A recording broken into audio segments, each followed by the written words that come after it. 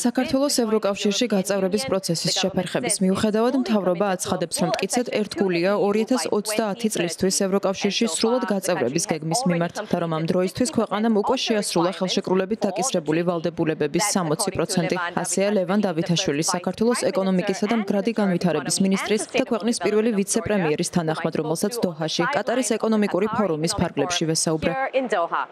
დავითაშვილმა განაცხადა, რომ მთავრობის პოლიტიკაში რეალური ცვლილებები არ მომხდარა და რომ მან ინტეგრაციის დღის წესრიგი სრულად დაამტკიცა, რაც 2030 წლისთვის ფართო მასშტაბიანი რეფორმების გატარებას მოიცავს.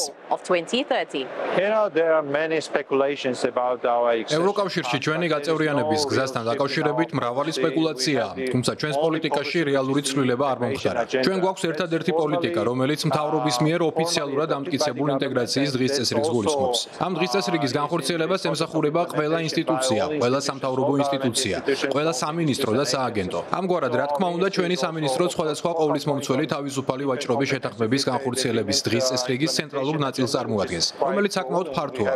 ჩვენ უკვე მოთხოვნების თითქმის 60% შევასრულეთ. აქტიურად ვახორციელებთ მნიშვნელოვან რეფორმებს ეკონომიკაში და ეკონომიკის სხვადასხვა სექტორში, მათ შორისაა ტრანსპორტი, ენერგეტიკა, ვაჭრობა და სხვა. ეს არის პრიორიტეტული დღის წესრიგი, რომელიც კვლავ ჩვენს პრიორიტეტად რჩება. ჩვენ სრულად ვართ ორიენტირებული ღრმა და ყოვლისმომცველი თავისუფალი სავაჭრო სივრცის შეთანხმების განხორციელებასა და ინტეგრაციის პოლიტიკაზე.